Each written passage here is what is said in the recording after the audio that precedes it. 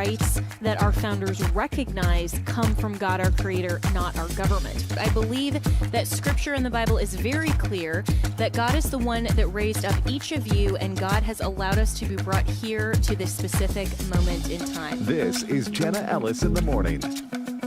Good morning. Well, happy Friday. And I think the question on everyone's mind is what in the world is going on between Donald Trump and Elon Musk, the basically power couple of Washington, D.C., and they've had a very, very good relationship up until yesterday when everything seemed to implode. So just to catch you up really quick, what happened is that as late as Wednesday evening, Trump was playing down kind of any conflicts. We were seeing that there was some disagreement and difference of opinion on the one big beautiful bill and all of that. But Trump was still downplaying that. But yesterday, man, it just all disappeared. So 13 minutes into an Oval Office meeting with the German Chancellor, Trump started laying out all of his complaints with Musk.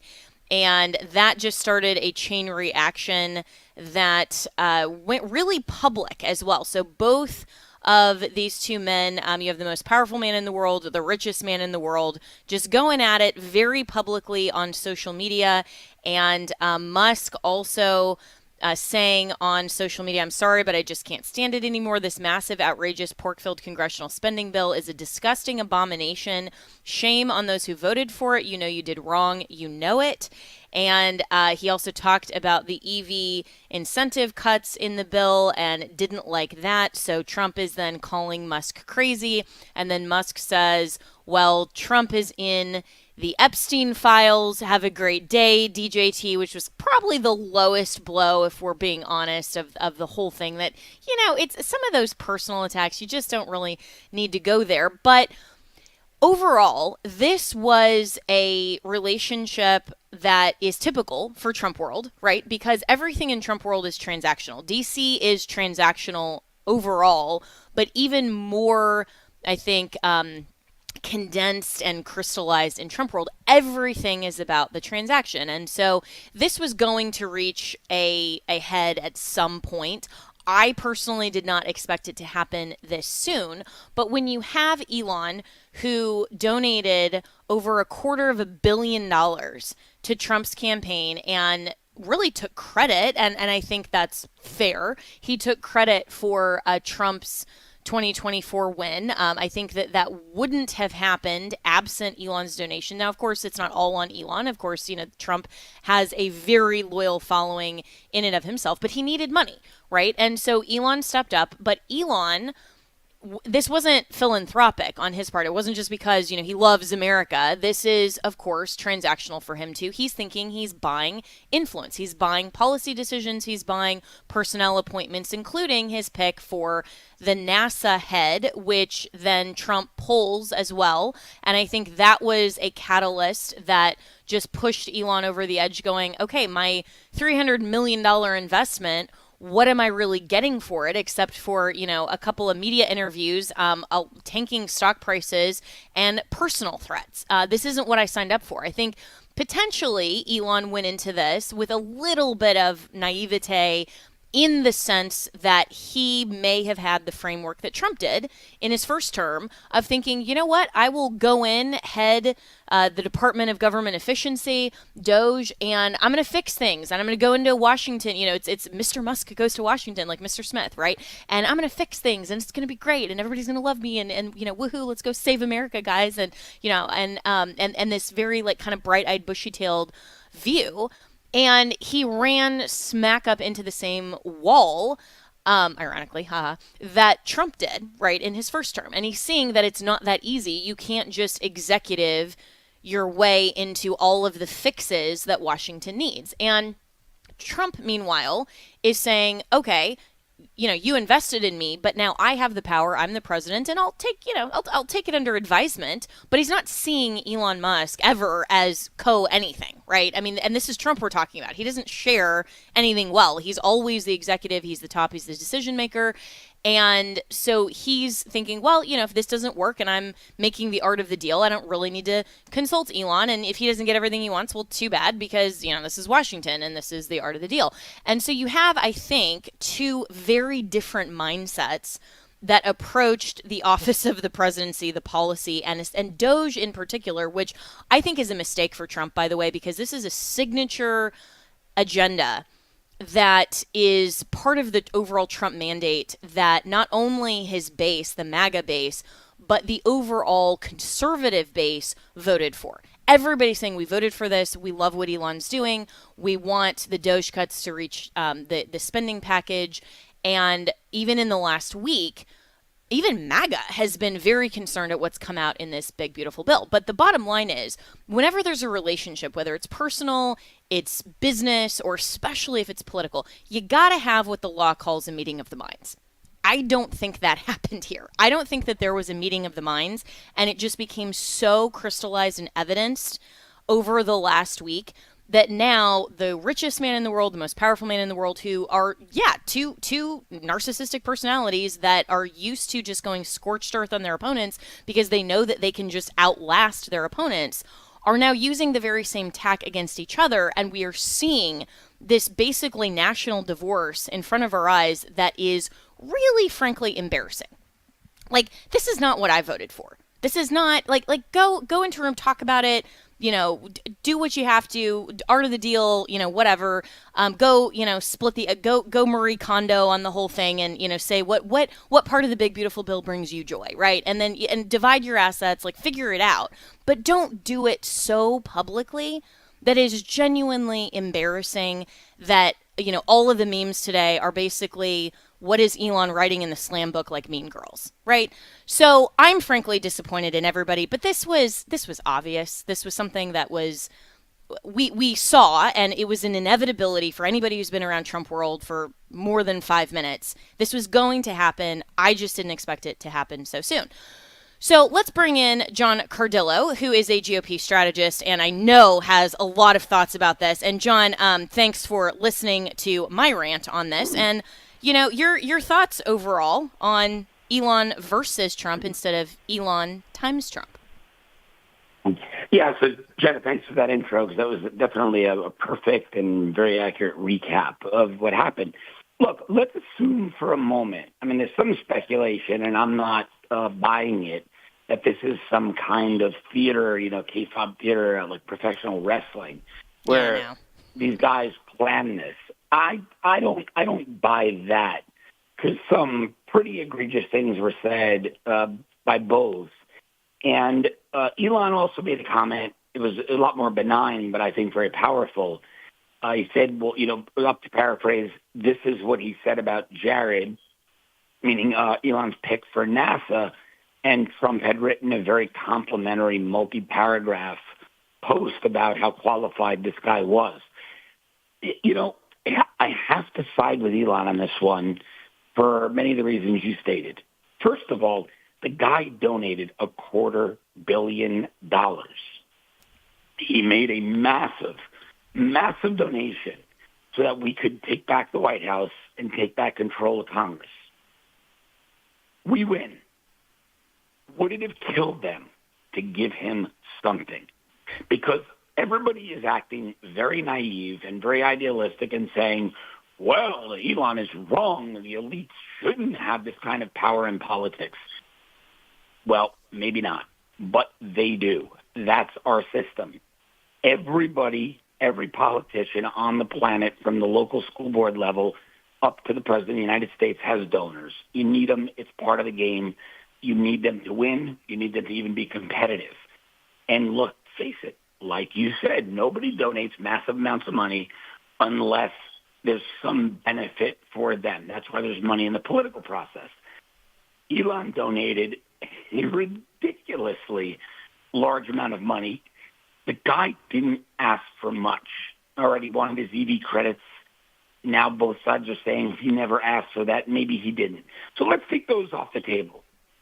Why in the world couldn't they give this guy his NASA pick? Yeah. The guy got nothing, and he helped us win. So in my opinion, the GOP did what it does best. It snatches defeat from the jaws of victory like no other movement in history. You had the golden goose. The right finally had its George Soros, only with much deeper pockets, exponentially deeper pockets. And in 4.5 months, they managed to destroy that relationship. And I think we're blaming, so many people are pointing fingers at Elon. He should have done this and he should have gone quiet. Okay, maybe we can critique him stylistically. But in reality, in the final analysis, the man invested $250 million into our process. They made him run around and fire thousands of people at federal agencies, some warranted, but many veterans that I think the administration is going to have a PR problem with down the road. Many veterans who were recruited into those government jobs. Now, you got to think about, Elon's mindset. Here's a very math and science-minded guy, a guy who doesn't really infuse emotion into decisions.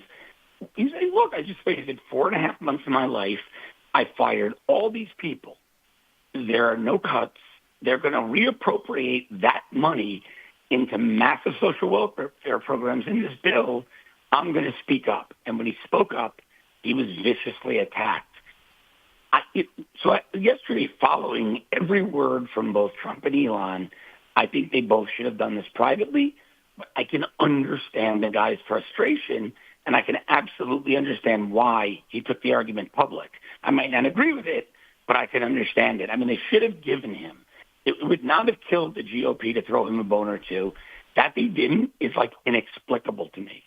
Well, and it would have been, to your point, John Cardello, it would have been more strategic to keep your ally, to keep the funding. I mean, everybody is like, oh, Trump is super wealthy. I mean, yeah, but he needed Elon's money. I mean, we all know this from the 2024 election, and you can't get $300 million in exchange for nothing. I mean, that's just not true in any scenario, but especially in politics and especially D.C. And so I think everything that you said is accurate. And the interesting question that actually, because I had so many reporters reach out to me yesterday, and one of the questions that I got was, what does this mean for the Silicon Valley tech bro kind of MAGA relationship? And I think this is actually the most interesting question moving forward, because my response is that it won't matter all that much if the Democrats win back the House in the midterms, which right now kind of seems likely. Like if something doesn't happen pretty quickly to repair this, to win back the trust of the base for the one big beautiful bill debacle, then if the Democrats win back the House in the midterms, Trump's presidency will effectively become lame duck. Like it'll be over. And MAGA and the conservative base see Doge as central to the Trump mandate that they voted for. So anybody rational is going, well, why? What did we get as well, right? Because, I mean, yeah, I didn't invest $300 million, but I invested my vote, my support, and the American people know that that's kind of a big deal, especially when the 2024 election was, a really big deal. And this is the last chance to save America and all this stuff. So we have a buy-in as well. I mean, similarly, at least in theory, to Elon. But the real question about this, John, that I want your take on is what this means for J.D. Vance and the future of the GOP, because Trump hasn't actually named him heir apparent, and that's likely because Vance was funded by Peter Thiel and the tech bros. Even his first Senate campaign, as you know, and all listeners will recall, in Ohio, he was fourth in polling until Trump came and endorsed him and saved him. But this is also the key reason he was selected to be VP, to solidify that relationship between tech bros and Trump. But now that it's maybe and will continue to be, unless there's some repair, Trump versus the tech bros, which side is Vance on? Because he can't play both sides when you have Trump, who absolutely demands loyalty, but then you have Elon and Peter Thiel, who are like, we funded you, bro. And so interestingly, Vance has been basically radio silent on X. Yeah. And that probably means he can't play both sides. And so whoever he eventually comes out for, will determine whether or not he gets an endorsement in 2028 or whether we really have an open primary. So I think the question of kind of Vance and the tech bro MAGA relationship is central to the analysis here. Yeah, look, 100%. And I'm really glad you brought up the midterms, Jenna, because I think this absolutely puts them into play in the wrong way, right? The Democrats are going to take advantage of this. Elon is making a lot of statements that are making the markets uneasy. And if the markets are uneasy and we don't get a little bit of financial easing by next year, we're in a lot of trouble for the midterms. And let me make something really clear to the audience. You know this, and I think many in your audience do as well, because they're pretty politically astute. Speaker Hakeem Jeffries, which is almost a guarantee, is going to make Nancy Pelosi look like a centrist. This guy is a radical lunatic. Originally from New York. I know his politics. I know the people around him. This is a very dangerous guy. If people thought Pelosi was a leftist, they have no idea what's coming if Dems take back the House and Jeffries gets the speaker gavel. And that being said, your point about JD is interesting because yesterday, as this whole Trump-Elon war was happening, there were sub-conversations about JD. What he's going to do is the heir apparent. Trump doesn't have him out front. I think JD's in a really tough spot right now because, he's younger, number one, though those who gravitate toward him were big Elon fans. And that's the other problem is that, up to, 48 hours ago, there's an extreme faction of MAGA who thought Elon walked on water. And he could do no wrong. He was the greatest guy in the world. They were ready to mobilize citizen patrols to protect Tesla dealerships. Well, he has one disagreement with Trump, which started in a pretty benign way. The post on X, right, formerly Twitter, that started it all, Jenna, was a pretty benign post in which Elon didn't even mention Trump's name. And I paraphrase it, they basically just blamed Congress, about the bill. And for whatever reason, Trump chimed in, and then the real fight started. I'm going to take away all your subsidies. And Elon, well, I'm going to dismantle the Dragon spaceship program. I mean, it escalated. Now, let me go back to one thing one point you raised earlier in the show. Elon was very careful in his wording about the Epstein files. He never accused Trump of criminality. He merely said Trump is in the files. And there's a lot of speculation that he is, but in a positive way, that he's referenced as a witness to the prosecution. I do not believe, I want to put this out there, I do not believe Donald Trump is in the Epstein files in any negative way. And I can tell you why. I spoke to one of the FBI agents on the Epstein case back in 2009. I knew one of the victims' rights attorneys who were representing his victims. Both that FBI agent and the victims' rights attorney told me Donald Trump was one of the prosecution's best assets. When he found out what Epstein was up to with kids, it turned his stomach. He banned him from Mar-a-Lago and his other properties, and he cooperated with law enforcement, telling them anything they wanted to know. So on that front, I didn't like that Elon did that, but he was very careful from a defamation standpoint to say he's in the files. He never said in what way, in what capacity. So if Trump is in the files as having assisted the prosecution, well, yeah, he's in there, but what Elon said isn't defamatory, nor does it implicate Trump in anything nefarious, which I can tell you everybody in South Florida, every law enforcement person I know involved in the Epstein case, said Trump was nothing but a prosecution asset. Mm-hmm. And I'm glad that you raised that. Yeah. I'm glad that you raised that, John, because that was the one thing. I mean, for as much as I agree overall, and I think I'm Team Elon in this, in the sense that Doe should have been codified, he should have gotten his peg, all of those things.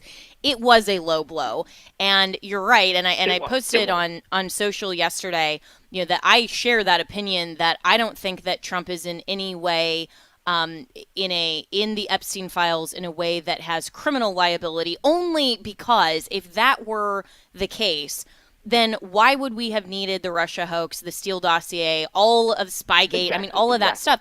They would have just redacted the rest of it or just released the portion. If they actually had evidence showing that, that would have come out in November, October of 2015. And that would have been the October surprise. 100%. Nobody would have cared about Hillary. I mean, all of that. So just logically, that doesn't make sense. But then also, to your point, I have heard the same thing from people who have actually seen the Epstein files, that Trump is only mentioned in the positive way. But yes, also that Elon, and this is where people have to be very careful on social media, because Elon's post was crafted to lead readers to the conclusion that if Trump is mentioned, therefore it's bad. But he didn't actually say that. And so it probably does skirt any sort of defamation claim. And so, Trump may end up suing him over it. Who knows? Because he's Trump. He's probably yelling at his lawyers, yesterday and this morning on that. I've been on the receiving end of some of those phone calls, having to be like, okay, let's analyze this. Give me a couple hours, let's massage this out. But and he may very well sue over it. But it's one of those things that I don't think that ultimately, I mean, we wouldn't even get a conclusion to litigation for years over that, and it won't matter. Yeah. But it also is something that it's just Elon, I think, was very careful in that, but it was intended to be a low personal blow that maybe signals to me that their relationship, at least right now, is beyond public disagreement over policy. It's now become personal. Oh, 100%. I mean, when you, let's face it, we're in agreement, Jenna, right? We can both, disclaim the nefarious implication in the tweet, then we're like mine with that. But, somebody implies that you engage in that kind of behavior. I mean, for most people, especially men, that's a point of no return, right? Yeah. It's just, it's hard to come back from that. But, to another point you made, I think that the other issue everybody's overlooking here is, okay, we talked about the $250 million Elon invested. If things went well, he might have invested $500 million and kept Republicans in power indefinitely. But he also controls X, which is arguably the most powerful political platform on the planet.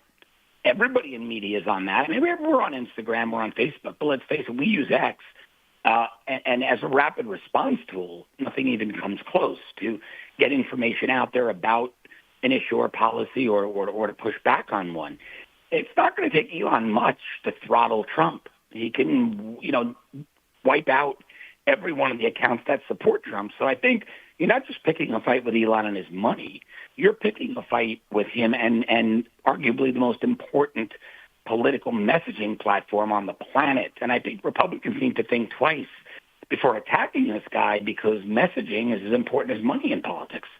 Yeah, really well said. Well, John, we got to take a break here, but I mean, there's so much more that could be said. And my hope ultimately for all of this is that somehow Trump and Musk stop both acting like children, get it together, figure it out for the good of America, put America first and the whole mandate ahead of personal grievance, and, stop just, bomb throwing for the relationship. I mean, anybody knows when you're mad at a friend or, you want out of a relationship or whatever, that's when you go personal and you just go scorched earth, because then it just doesn't care, and that's the signal to the person. But there's still a possibility, hopefully, of repair before it goes on too long and we do lose the midterms rather. So I just hope that there's some repair that comes out of this, but it'll be interesting, especially for a Friday. But a lot more news about the Supreme Court coming up next. We'll be right back with more.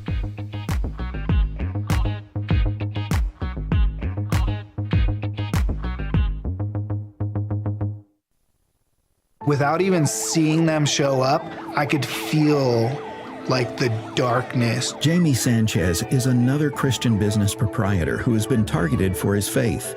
His Drip Cafe was opened to serve and help the homeless of downtown Denver. We believe sex outside of marriage and homosexuality is a sin in God's eyes. And the enemy and his minions decided to use that as a platform. Jesus told us persecution would come. I would see them, just the rage and the hate. I pictured them doing that at the foot of the cross to Jesus. And I just remembered what he said Forgive them, Father, they know not what they do. And so I had to position my heart that way. The Jamie Sanchez story is one of the videos of the Impact series at stream.afa.net. It's been a crazy, crazy ride. See Jamie's story and much more at stream.afa.net. Wherever the gospel goes, lives are changed. Lives like Sonia's.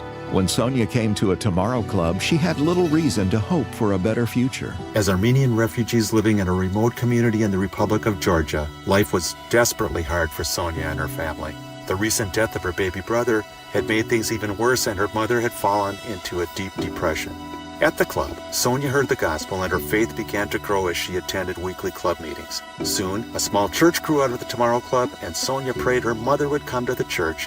Sonia's prayers were answered. Her mother came, surrendered her life to Christ, recovered from her depression, was baptized, and now leads the Tomorrow Club where her daughter found Christ. Partnering with local churches, Tomorrow Clubs help kids and teens in forsaken places learn to follow Jesus through long-term discipleship.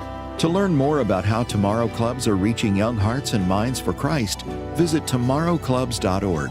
That's tomorrowclubs.org. All gifts are tax deductible. Hello, Americans. I'm Todd Starr. Stand by for news and commentary next.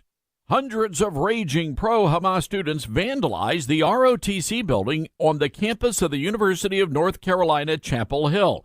The university reported there was major damage to the other campus buildings as well. The Daily Tar Heel reports the mob spray painted the outside of the UNC in ROTC Naval Armory, draping a Palestinian flag from the gun turret, and tore down the American flag. A Palestinian flag was raised in its place. Now, it just seems to me that these actions should be construed as an act of war against the United States, right?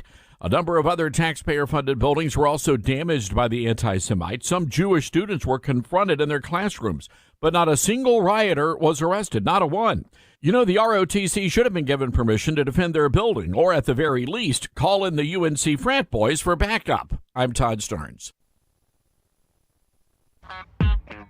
Welcome back to Jenna Ellis in the Morning on American Family Radio. Welcome back. Well, until the big Trump-Elon divorce, the bigger headline yesterday that has kind of, fallen to the wayside, but we need to actually talk about it, is the Supreme Court. So the justices sent a message to the American public on Thursday. We're not as divided as you think. Of the 6 rulings that were released, 4 were unanimous, including opinions in high-profile battles over reverse discrimination and faith-based tax breaks. So let's break it all down with Gerard Folletti, who is senior counsel for the Lawfare Project. Gerard, did this surprise you that 4 were unanimous, and even in one of these opinions, it was Justice Sotomayor that actually wrote the majority opinion that seemed shockingly well drafted? Justice Sotomayor for one, Justice Ketanji Brown Jackson for another. It might seem surprising, but when you think about it, it's really not. Justice Roberts, Chief Justice Roberts, it's been a hallmark of his Supreme Court to try to get as much unanimity and consensus as possible. So he's been moving the court in the direction of let's see how we can all understand the law in the same way. It's really not that surprising, but it is a good sign that there is agreement on such basic principles.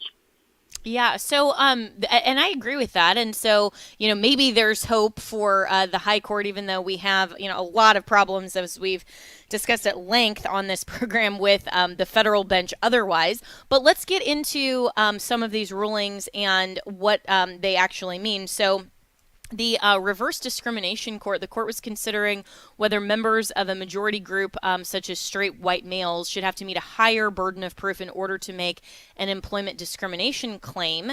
And that, of course, lost, and that, I think, is a good thing.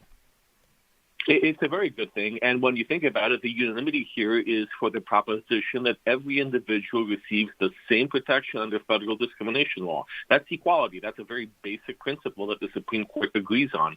And imposing a higher standard on a member of a majority group to prove discrimination is not something that's constitutional. That's something that I think it's fair to say that the Supreme Court fairly easily agreed on, and it's a very common sense ruling. Yeah, and so does that in any way contradict any of the left's push, at least in the court of public opinion, on the 1964 Civil Rights Act or anything like that when they're suggesting, and they have been for a long time, that the straight white male is the only one that can't be oppressed in the United States, and under a kind of a critical race theory type of mantra, that if you are the straight white male, then you are always the oppressor. You're never oppressed in the context of a potential discrimination claim.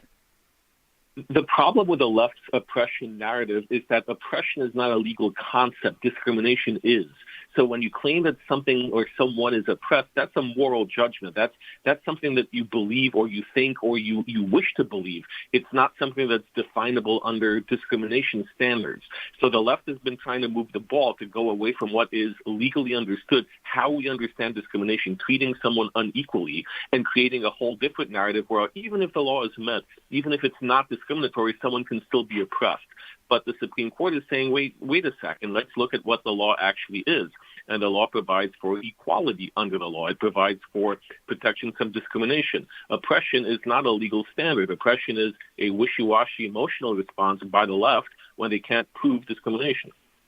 What a great response. And I think that I want to underscore that point, that the Supreme Court is actually, for once, unanimously not borrowing the touchy-feely, emotionally triggered responses from the left and are actually looking at a legal standard. I think we need more of that, and we need to continue in the court of public opinion to draw those distinctions and say, well, we may feel a certain way about something, but here's what the law actually says. And if we extrapolate that to a lot of other things, like, for example, immigration right now, a lot of other things like when life begins and so-called abortion rights instead of the protections that the law requires for every human being, then we get to, obviously, the legal and the proper conclusions instead of these emotion-charged arguments from the left. So even though this is a good decision, we've seen a lot of that sort of hyperbolic, over-emotional extremism from justices like Sotomayor and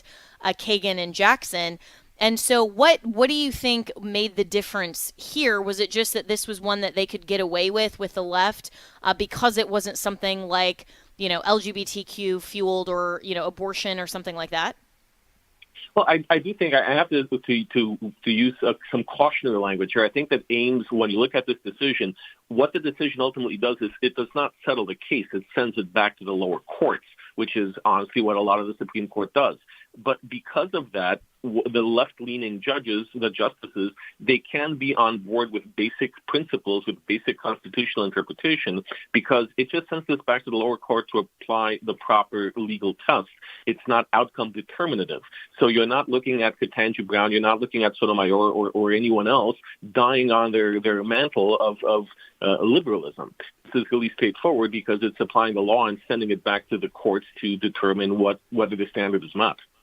And so if it were outcome determinative, there may have been a little bit more room for the emotional extremism that we've seen from the left wing of the court. That's interesting, and I think that's a good view for advocates on the conservative side to maybe look at that and have some of these preemptive challenges and some of these other things that are more procedural rather than outcome determinative when they're going in front of the Supreme Court, even though hopefully we at least still have the conservative majority. But let's move on as well to the Smith & Wesson brands v. Mexico. In this case, the court was asked to determine whether the Mexican government could sue 7 gun manufacturers based in the United States over their role in unlawful gun sales in Mexico. And the Supreme Court, again, unanimously, which was surprising, especially in a gun case, that the Mexican government's lawsuit cannot move forward, quote, because Mexico's complaint does not plausibly allege that the defendant gun manufacturers aided and abetted gun dealers' unlawful sales of firearms to Mexican traffickers. We have little doubt, as the complaint asserts, some such sales take place and that the manufacturers know they do, but still Mexico has not adequately pleaded what it needs to that the manufacturers, quote unquote, participate in those sales as something that they wish to bring about. And that was Justice Kagan who wrote that opinion. And that goes back to what you just said earlier, that conservatives are well to remember that when you want to go to the Supreme Court to make an argument, argue process, argue the basics, argue the elements, don't necessarily argue the ultimate outcome.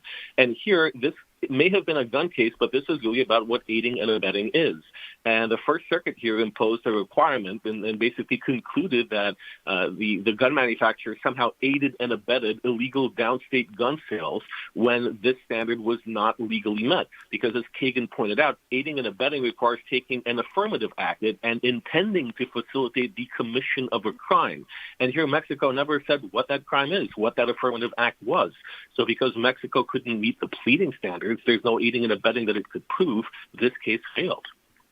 And it should have. And so, this is yet another one that I think conservatives were watching very closely, especially, those of us who want to champion the rule of law and the principles of this. And so, with that ruling being unanimous, then, again, to this point, which I think is very good to underscore, this is about just whether the Mexican government could sue, not the ultimate outcome. And so in the context of the legal liability of gun makers, is this a more narrowly tailored decision that won't necessarily have a lot of impact on other potential similarly situated conflicts in terms of manufacturers' liability in some of these other cases that we've seen, just because this is the Mexican government, or was it a little bit more broad of a standard?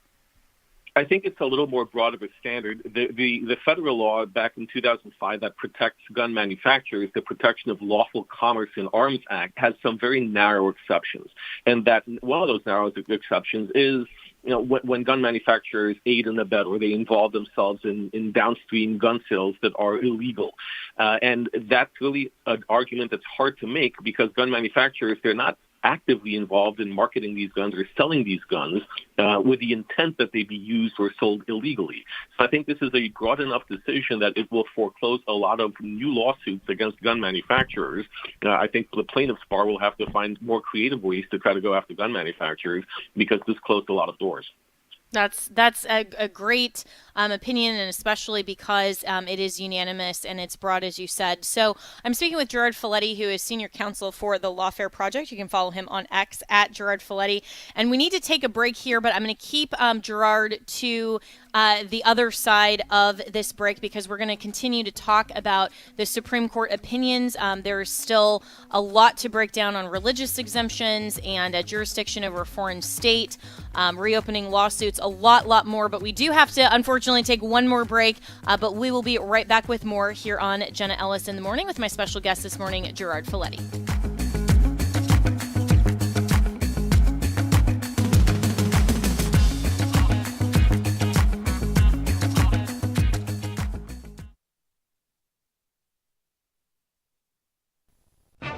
To sharpen the biblical worldview of Christians and to share the good news of Jesus Christ.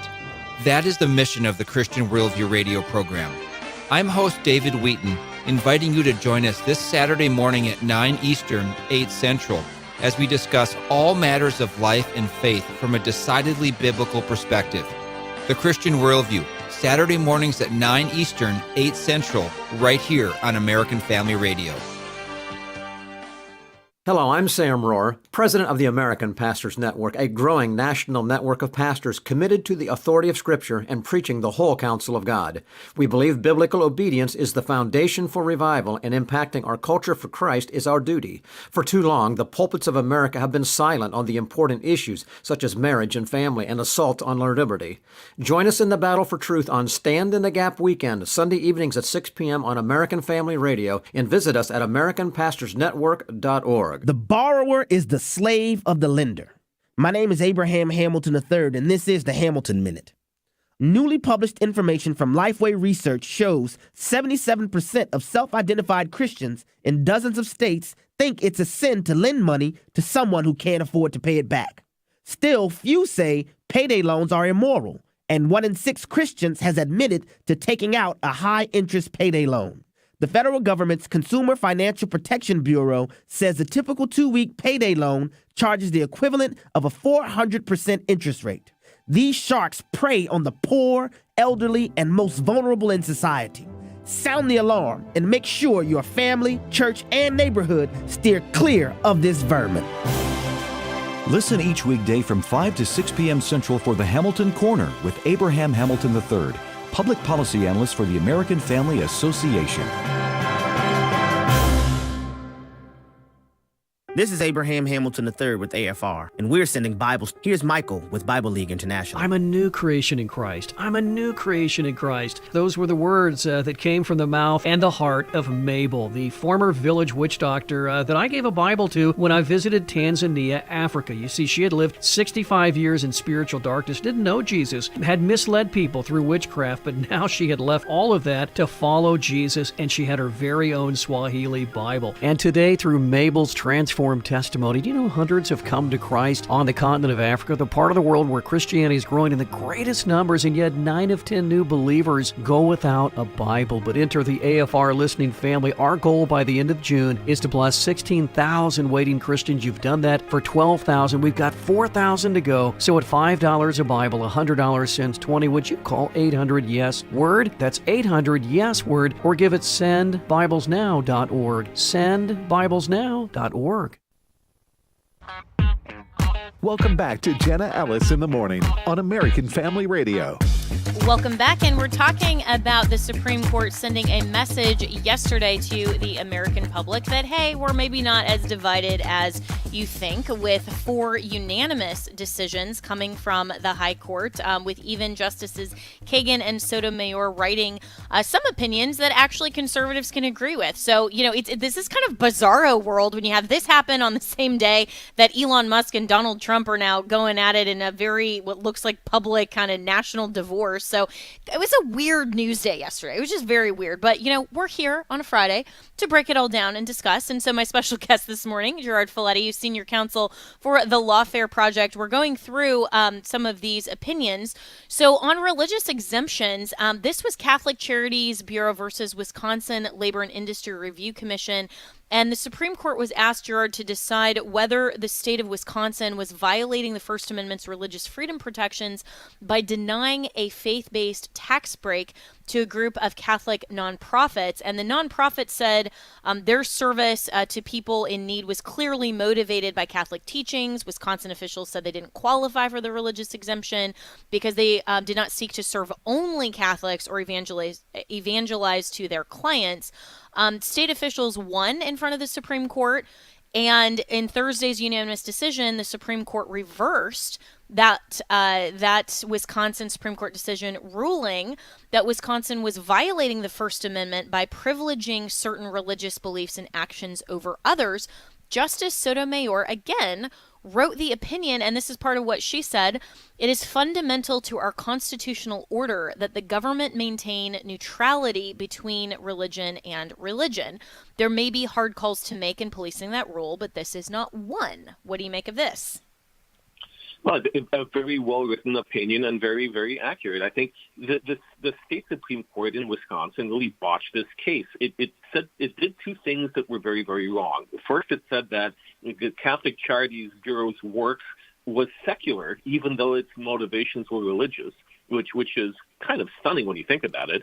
But the other part of it is that the state engaged in what we call denominational discrimination. It penalized Catholic charities because the Catholic Church does not proselytize, and it provided services to people of all faiths, not just Catholics. And that's where Sotomayor came in and said, well, you can't do that. You can't discriminate between different denominations in religion. You have to treat them all to the same standard. And if the motivation is religious, if the act is religious, then you have to provide them that exemption under law. Yeah, and that completely makes sense because as anyone who is part of a faith-based community or even just looking into religion, there are widely different practices among religions, and so preferring one over another or having their actions be held to, kind of a minimum standard of what constitutes your religious action in this context to then qualify for a tax break would seem to basically inquire into the adequacy of your religious practice, which would be a really bad can of worms to open. So did this one surprise you, Gerard Folletti, that this one was unanimous? It does not surprise me that this was anonymous because it does hold to what the Supreme Court has done previously, which is it's not performing. The Supreme Court has said that its function is not to assess the religious practices of any group. It's to see whether it is a religious practice, whether it is a religion, and if it is, to record it, they're respected, it's entitled to under the First Amendment. So this really is in keeping with Supreme Court precedent. It's interesting to note that Justice Thomas, who concurred, would have gone a little bit farther, basically pointing out that it was wrong to even consider that a charity nonprofit is different from the diocese because it's really an arm of the church. Interesting. And so, extending that concurrence out to its logical conclusion, I mean, should this rationale cover so-called parachurch organizations as well? It should, because if you look at what Thomas is saying, he's saying that we have this concept, the church autonomy doctrine, where religious institutions are allowed to define how they govern themselves, how they operate. So that would be the natural, logical conclusion of what Thomas is arguing. However, we don't see, his is a concurrence, it's not the unanimous opinion. So it'll be interesting to see how that plays out in different cases and down the line. Yeah, and it'll be interesting to see if some either Catholic or Protestant, or even Jewish or other faiths will kind of jump on that concurrence and litigate in order to get that more broadly into a majority opinion down the line. So let's also talk about jurisdiction over a foreign state. This is the fourth case that was unanimous, and the justices were considering under what circumstances federal courts in the United States can assert jurisdiction over foreign states. So the case stemmed from a conflict between a company that's active in the U.S. and a corporation owned by India. So the Supreme Court on Thursday unanimously ruled that federal courts did have jurisdiction over India in this dispute and reversed a decision from the Ninth Circuit. This was Justice Alito that wrote the opinion. Was this good, and ultimately, why does it matter? Well, I think what's good is that here we are having more clarification from the Supreme Court on what jurisdiction exists under the Foreign Sovereign Immunities Act, and we have had necessary clarifications by the court, and this really does have this has a good effect when you look at other cases that are in the pipeline, especially when they can pertain to terrorist financing and cases against the PLO and Palestinian Authority. But essentially what the court is saying is that there is, especially when you have treaties and when you have businesses being conducted, and there is a direct effect under the Foreign Sovereign Immunities Act, when there's commercial activity causing an impact in the United States, this really helps extend a little bit the concept of jurisdiction on foreign companies. And that is a good thing because there's been too many limitations that have been imposed by lower courts. Well, and so all of this coming from the High Court, and then there was also a ruling on class action lawsuits that was just dismissed as improvidently granted. One justice dissented to that dismissal, and then also a nearly unanimous one justice taking issue with part of the majority opinion on reopening lawsuits. So the court was considering whether victims of terror attacks or their surviving family members could reopen their case, specifically against a bank that had allegedly aided and abetted terrorists by providing financial services. And the court ruled that those people who brought the case could not reopen their case because they didn't meet the high standard that has to be cleared to reopen it. That majority opinion was authored by Justice Clarence Thomas, nearly unanimous. Jackson only joined in part. So that was also an interesting case as well. But in the last 2 minutes I have with you, Gerard Folletti, so what's next? Because the Supreme Court is still set to release around 24 more rulings throughout the month of June as it looks to wrap up the 2024-2025 term by early July or so. Sometimes, as we know from prior sessions, they extend some of their release dates past what is currently on the calendar, but they have yet to announce some really important decisions. So what is pending? Well, one of the biggest cases that's pending is U.S. v. Scrimetti, and that is really the authority to ban medical procedures. That really has to do affirming care, that has to do with 14th Amendment issues and parental rights. So that is a mishmash of issues which conservatives and liberals don't ever agree on. That's not something that's going to be a 9-0 decision. That's something that's going to be closely watched because it will really set the standard on whether states can pass legislation banning transgender or affirming care, whatever it is that they call it. And at the same time, it does raise the issue of parental involvement. We have a case that also involves the ability of parents or the rights of parents to opt their children out of classroom education that contains propaganda, basically indoctrinating on gay and lesbian issues. These are more contentious issues, which I very much doubt will be unanimous or near unanimous. This is where you will see those splits. And we also have cases on the emergency docket or for appeal that involve the president's authority, both under the 14th Amendment to define what birthright citizenship is, and in a lot of these deportation cases that we expect decisions to come down before the court goes into recess. Yeah, and going back real quickly to the LGBTQ content case, that one, because it is such a high charged court of public opinion issue and social issue, is that one more outcome determinative in the sense that if the majority rules in favor of Skrmetti, then, and the legislation and the ability of states to ban so-called gender-affirming care, then that is outcome determinative. So it's not like the justices on the left can necessarily hide behind some of the procedure like what we were talking about, because this will necessarily have an impact on the community that, unfortunately, I think it's pretty obvious they claim openly from the bench, at least through their argument and their line of reasoning, to represent.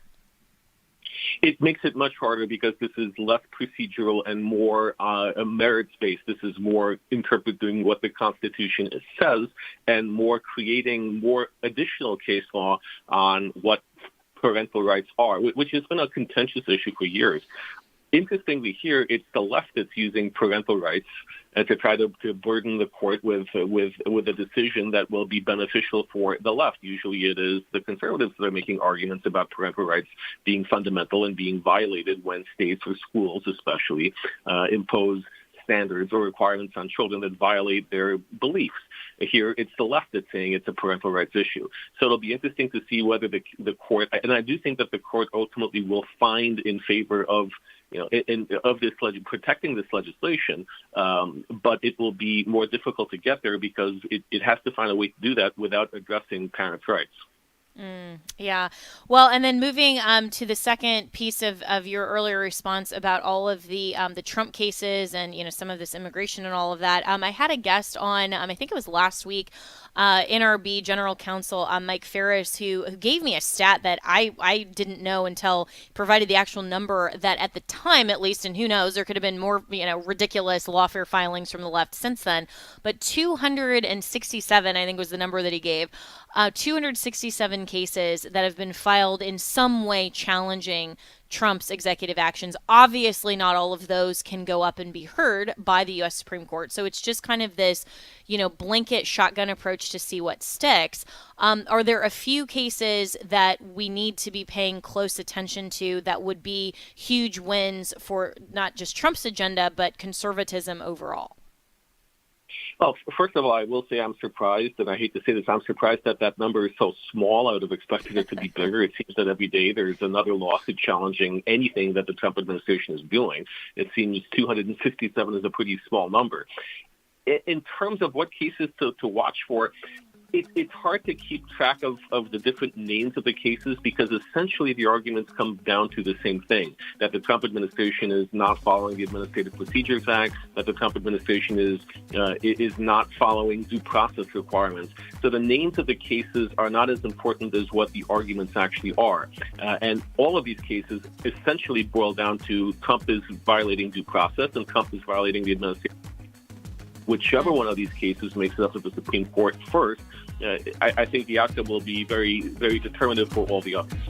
Yeah, well said. Well, Gerard Filletti, really appreciate all of your legal analysis, breaking down all of this for us on a Friday. So have a great weekend. And as always, you can reach me and my team, Jenna, at afr.net. Tune in to On Demand today, where I'm talking to James Lindsay about critical immigration theory. You're not going to want to miss it. Go to afr.net, click on podcasts.